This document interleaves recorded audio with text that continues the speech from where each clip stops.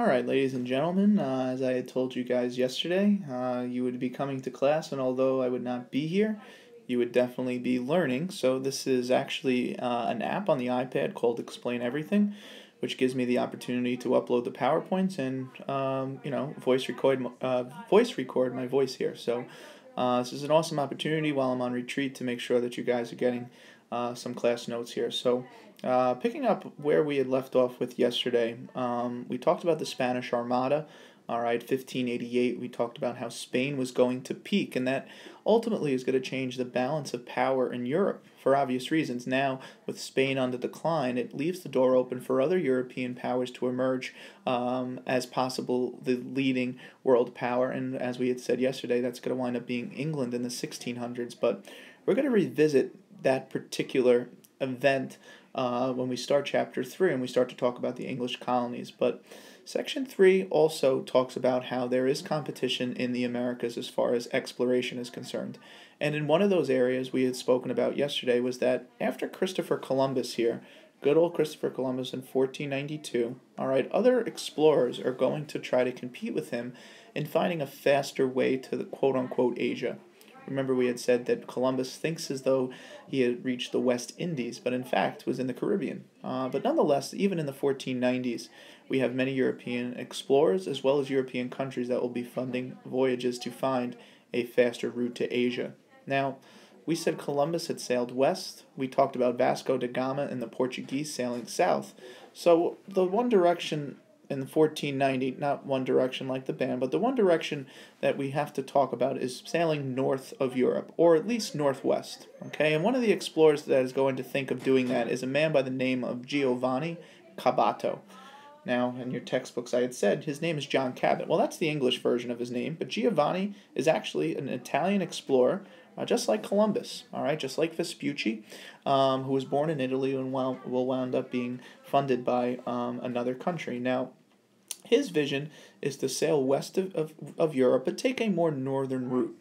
Now remember, this is 1497. This is 5 years after Columbus, so Spain is going to have no interest. Portugal has no interest. So what Cabot has to do is think outside the box of what other country may want to get involved with finding a quicker route to Asia. And the one country that will fund him is England. All right, hence his English name, John Cabot. Now in total, John Cabot will make 2 voyages to the quote-unquote New World. On his first voyage in 1497, Cabot will explore what is today the northeastern part of Canada, okay? And on his return back to England, King Henry VII, right before King Henry VIII, we go in sequential order there, is going to fund a second voyage in hopes of him, as Cabot put it, will probably get to Japan. And that was something that was exciting for England in 1499. But unfortunately, we're not really sure as to what happened to Cabot after his second voyage there. All right, he disappears, him and his entire crew and fleet of 5 ships, 200 men. Did he reach Canada? Did he even reach any part of the Americas? We're unsure. A lot of historians think that it probably was a storm that could have capsized the entire fleet, and as a result, Cabot was lost at sea. But again, this is all a working theory. Nothing is actually factual to date. So what do we give John Cabot credit for? He's really the first explorer to set out to find what your textbook calls a northwest passage that we're going to take a look at here on the next slide. Now, although Cabot is unsuccessful in returning to Europe, England in the 1500s to explain any of his explorations, there is a growing interest, not just from England and from Cabot's explorations, but really throughout Europe. What if one were to sail northwest of Europe? And as I mentioned on the previous slide, this idea and a key term is a northwest passage, a water route that must go through what is today North America. They didn't know if there was a river or a waterway that would lead them to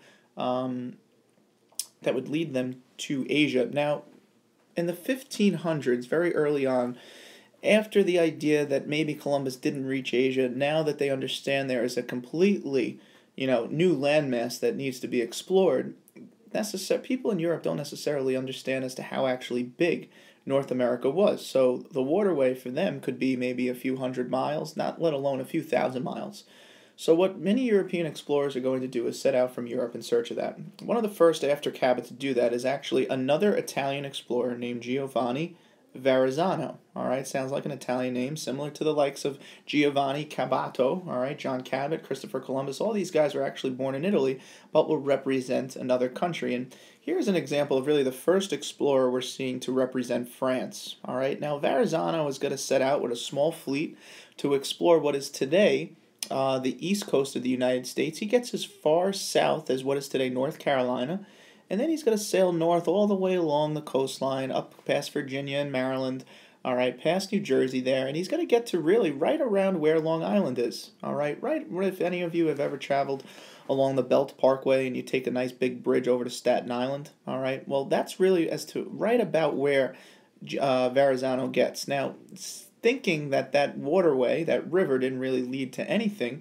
Verrazzano is going to turn around and return back to France. But in the process, what he does tell France is that there is a lot more land north of where he had initially been exploring. So the opportunity to go out and explore more territories for France is something that they're going to be motivated by. But notice here I said that he discovered the mouth of that Hudson River there. That's where the Verrazzano Bridge that bears his name today goes over. But since he didn't sail up the river today, we don't actually name that river after him. He was right at the beginning of it, right there between Long Island and Staten Island. But for any of you who have traveled into Staten Island, you've probably gone over the Verrazzano Bridge. Well, after today's class, you now should know as to that bridge being named after Giovanni Verrazzano, the first to discover actually the mouth of the Hudson River. After the so-called success of Verrazzano's initial exploration of the east coast of North America, as I had said on the previous slide, France became more increasingly interested with this landmass here. And another French explorer that is going to set sail beginning really in 1534 is a man named Jacques Cartier. All right, so apologize with my French accent here. I'll try my best throughout the year. All right, but Cartier here is one of the more profound French explorers, but at the same time somewhat forgotten, because what he's going to wind up doing is sailing a little bit further north than where Verrazzano was. He's going to take more of that northwest route. All right, so if you were to close your eyes, you picture Europe there. All right, I'll have a map up on Monday to give us a better example. And you can use your textbook also at the end of section 3 there as far as some of these guys and their explorations. If you were to close your eyes and think of where Canada is, there's a lot of land in the northeastern part of Canada, and where he's going to wind up sailing down is what is known as today as the St. Lawrence River. Obviously, it doesn't bear his name, all right, but the St. Lawrence River will flow into really the heart of Canada, into what is today present-day Montreal. And in doing this, in total, Cartier is going to make 3 voyages, and representing France here. He's going to claim all the land, including the St. Lawrence River, east and west of that river, for France. So as early as 1534, France has, under their impression, under King Francis I at the time, a pretty large, substantive piece of property that if they want, they could colonize, or what the French are going to do, as we're going to see in Section 4, the French are going to look to set up trading posts, a way to make money, but more importantly, a way to open up business and relationships with the Native Americans, and that's something, again, we'll talk about in Section 4. So for your test, all right, Jacques Cartier, on Wednesday, you want to know that his exploration, all right, give France a basis for their claim in Canada, all right, and we'll talk about, again, like I said, about the French in Section 4. The last explorer that I want to talk about as far as Section 3 goes, and the idea of these northern voyages, I should say, is the explorer named Henry Hudson. And I always find this picture here to be somewhat funny because of the European style. Imagine you guys going out on a Saturday, getting dressed up to meet your friends at the movies and wearing this embarrassing neck-looking thing. I'm sure some of you may try to do that, but nonetheless, we'll keep fashion tips for another day. But Henry Hudson is an interesting explorer in the way that he is actually funded by 2 separate countries. Here's an example of an English-born explorer. He's actually born in England, all right? And he in the 1600s wants to continue basically off of the success of Cartier and Verrazzano representing France, and he wants to bring this fame and glory to England. Well, England in the 1600s is going to fund his first 2 official voyages. Now, in total, he's going to wind up making 4. All right. So voyages 1 and 2, he will wind up in what is today the Arctic, the North Pole. All right. Hudson ultimately is completely lost. He has no idea where he is. He's not even really looking for a Northwest Passage. And after funding this man for two separate voyages, England says, guess what, Henry? We're not interested in funding you for another voyage. Get lost. All right? And he's kind of devastated. So kind of think about that. His home country he's representing wants to bring certainly a sense of glory to England and finding a faster route to Asia. Unfortunately, will be unable to do that. So what he winds up doing is he says to himself, you know what? I'm going to prove England wrong. I'm going to find a country that is going to fund me, and I'm actually going to find this not only a faster route to Asia, but I'm going to claim lands for whatever country is going to do that. And in his third voyage, he's going to be sponsored by the small country of Holland, all right? Now, people from Holland, as I'll say in the notes, are known as the Dutch, all right? People from Holland aren't called Hollish, all right? They're called the Dutch. We can get into the specifics as to why they're called the Dutch on Monday. But nonetheless, the Dutch are going to finance his third voyage. So 3 of his first 2 are a failure. His third is going to wind up being his most successful. Now, based off of hearing about an old French explorer or an Italian explorer who represented France, Giovanni Verrazzano, Hudson's going to wind up exploring the east coast of what is today the United States. But that mouth of that river, he's going to wind up sailing up it, unlike Verrazzano, who wound up returning to France. Today, we call that the Hudson River. All right, that goes all the way up into upstate New York, and he is going to claim all of that land, both west and east of that river, all for the Dutch. So if you guys know anything about New York history, all right, the colony of New York was once called New Netherlands, all right, with its capital, New Amsterdam, which is today New York City. And eventually, we'll talk about in the next chapter how that was a Dutch colony, and it will eventually become an English colony. So ultimately, at the end of the day, Hudson's voyage 150 miles north up the Hudson River gives claim not only for the Dutch to that river, but also to the land surrounding it. Okay.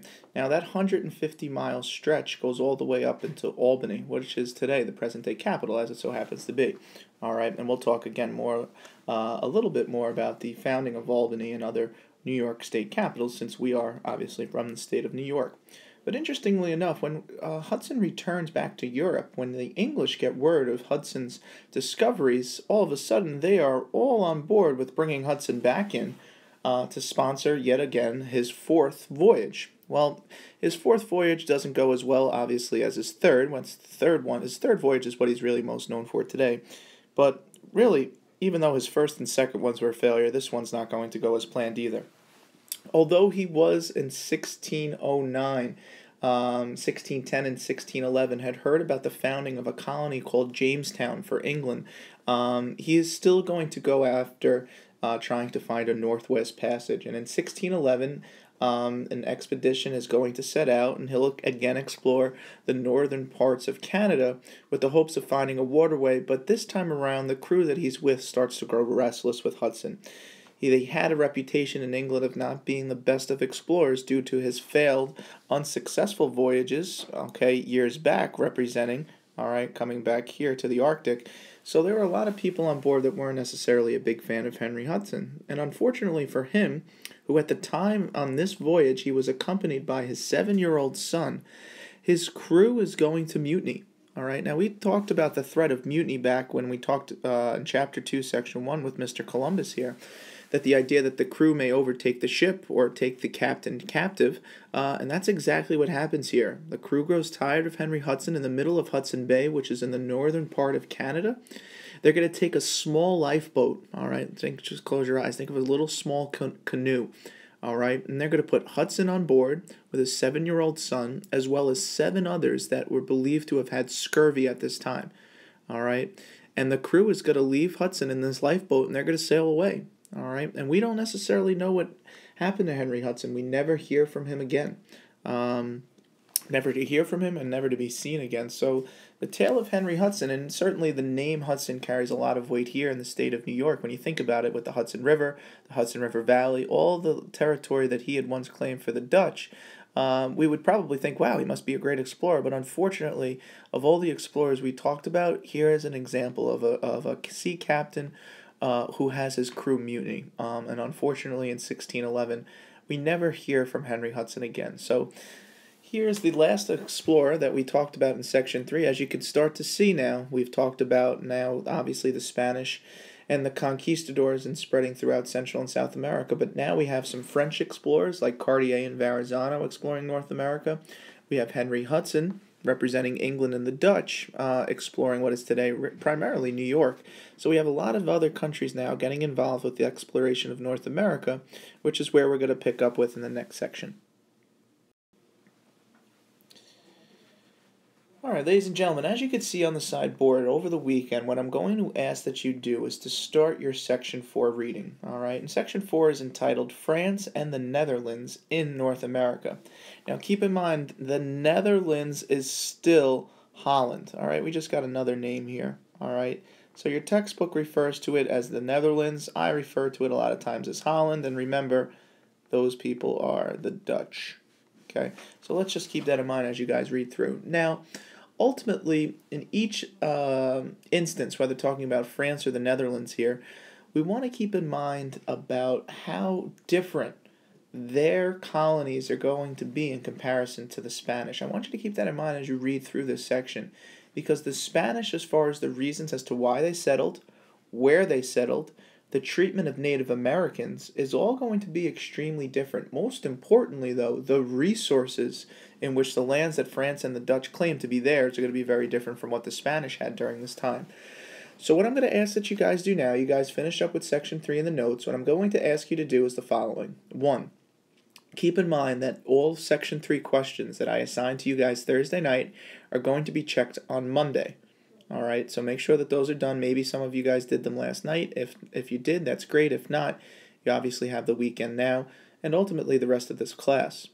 In addition, on the sideboard, please read Section 4. Alright, so if you did your homework last night, you could start reading that. Please do your key terms for Section 4 as well. Okay, there's not too many. And then what I'm going to do is something unique here. What I'm going to tell you guys is that on Tuesday of next week, I'm going to check all of Section 4 questions. Okay, so you could start to plan accordingly. You could start, I'm going to give you guys time now at the end of class here. Okay, you guys can do it over the weekend. You guys can do it all Monday night. But on Monday, I'm going to check Section 3 questions that I assigned last night. And then on Tuesday, I'll check the Section 4 questions. So a little time management on your part. All right, pick and choose wisely. I appreciate you guys paying attention and hopefully behaving for the substitute. Whoever the sub is, thank you very much for covering my class while I'm on retreat. I would encourage you guys to enjoy the weekend. I would encourage you guys to study for your Chapter 2 test over the weekend. Okay, keep in mind that test is on Wednesday still, so we'll talk a little bit more about the test when I come back to class on Monday. All right, guys, take care, enjoy the day, and have a great weekend. Be safe. Thanks.